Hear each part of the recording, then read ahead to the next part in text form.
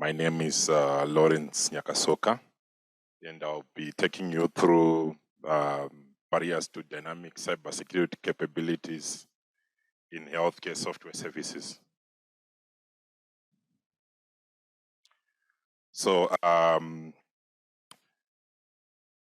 cost of cybersecurity breaches globally is approximately 450 billion annually, and cybercrime is expected to grow to 10.5 trillion by 2025.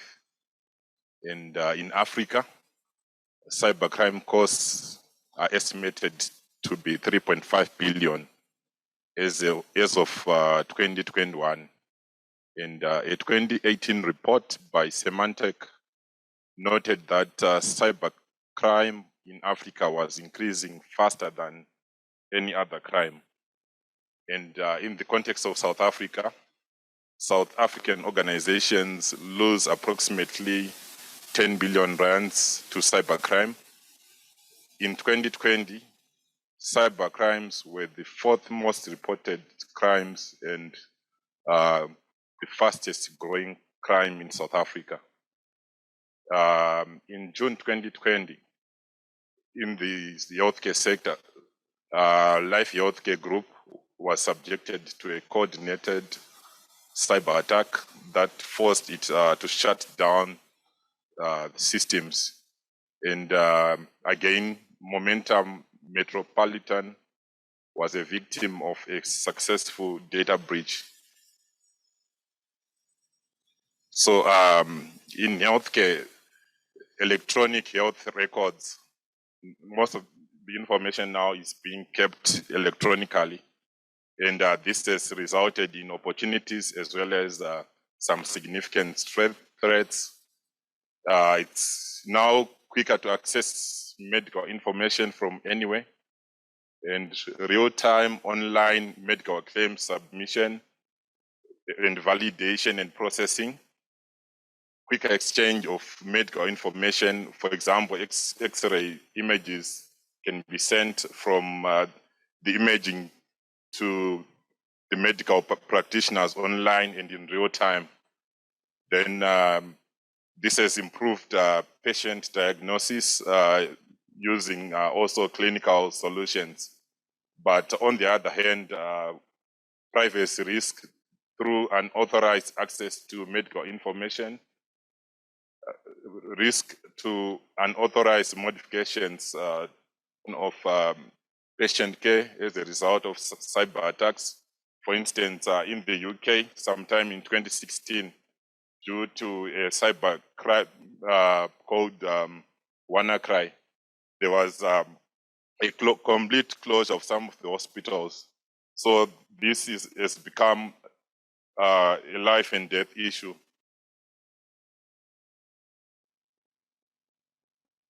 So we employed dynamic capabilities theory to understand the cyber security posture in the healthcare. And we conducted interviews and analyzed cybersecurity documents for a specific software services company in the healthcare sector. And we obtained guidance from practitioners and from literature on how to address the barriers to dynamic cybersecurity capabilities. Then we went on to recommend interventions to address the barriers to dynamic cybersecurity capabilities. We employed this interpretive single case study approach, and our primary data was collected mainly by interviews. We had 25 participants who included information security consultants, finance practitioners, as well as human resources consultants. And we also obtained secondary data from information security policies, strategy documents, business strategies, roadmaps, budgets. We employed deductive and inductive thematic analysis. Then our findings were that we divided our findings into two: internal and external barriers to addressing cybersecurity challenges. Inadequate management support. We noted that management for this particular institution that was of concern, management did not provide enough support to cybersecurity. They saw cybersecurity more as a specialist technical function. Then we also noted that there was isolation between information security and other security functions. The healthcare sector is not, in terms of financial rewards, is probably not the best place for cybersecurity professionals. They prefer to go to the financial service sector, where cybersecurity is regarded as part of the operations. Then there were also issues around legacy systems, outdated, unsupported operating systems, which are prone to attacks and are vulnerable. Then we also noted that there was insufficient user education. So in terms of cybersecurity, users are regarded as the weakest link in the information security sector, because nowadays attackers, they don't spend time trying to break firewalls. Rather, they just send a seemingly attractive email. Someone can just click, opening the doors of the organization.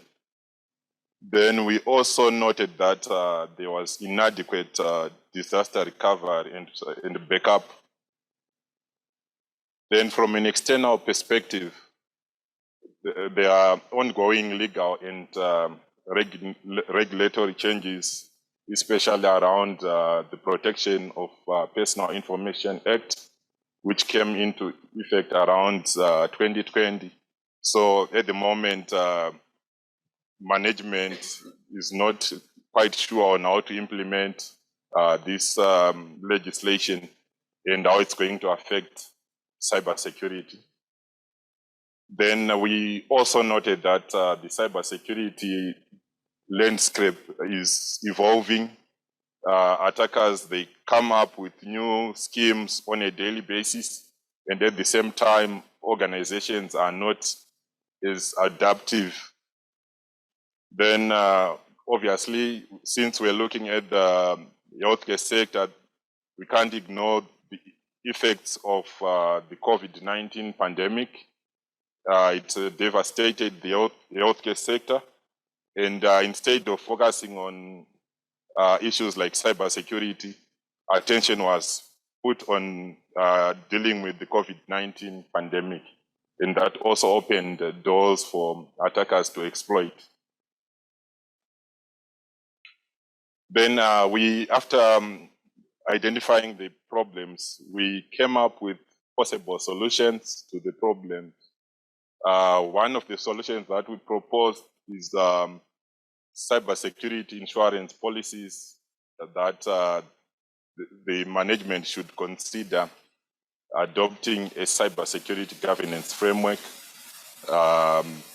For the purpose of our entire study was coming up with a custom cybersecurity governance framework that can be adopted by management.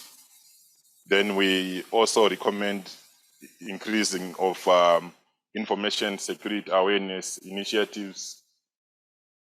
Then the disaster recovery plan should be tested on a regular basis, simulate disasters so that you won't have any surprises, maybe switch off your servers.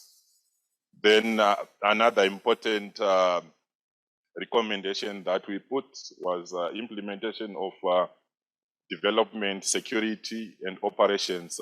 This is just integration of development, security, and operations so as to make sure that the cybersecurity team coordinates with all the other organizational units so that cybersecurity is not just seen as a specialist function. Then we also recommended that an IT security steering committee should set up.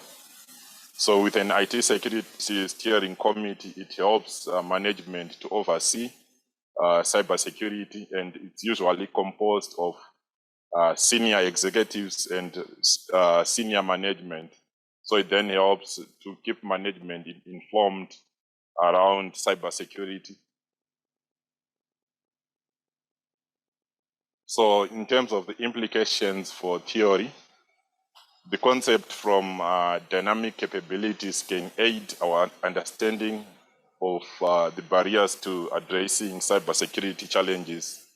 And also the dynamic capability theories offers new possibilities to strengthen and refine the existing information security governance models.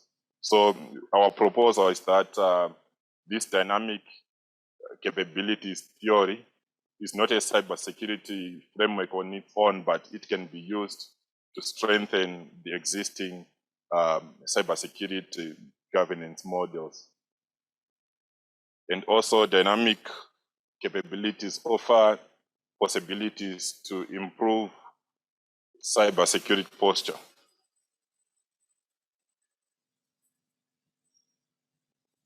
And again, implications for practice.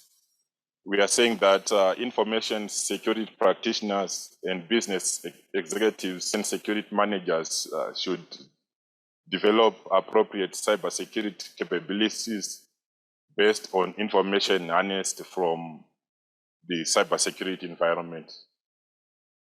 Then dynamic cybersecurity capabilities entail realigning corporate processes, structure, as well as setting up organizational structures like information security steering committee. It also includes changing of organizational culture. Then I'm just also going to draw your attention to some of the limitations of our study. Our interpretive case study cannot be replicated in all healthcare settings. So this is just based on a case study of a single organization. So we are not saying it applies to all healthcare settings. Then our study may also be prone to bias because one of the researchers is a full-time employee at the institution where we conducted the case study, but we employed researcher triangulation so as to minimize the possible impact of bias. Future research could test the effectiveness of our proposed model in other healthcare settings. And also future research should devote more attention to development of dynamic cybersecurity capabilities.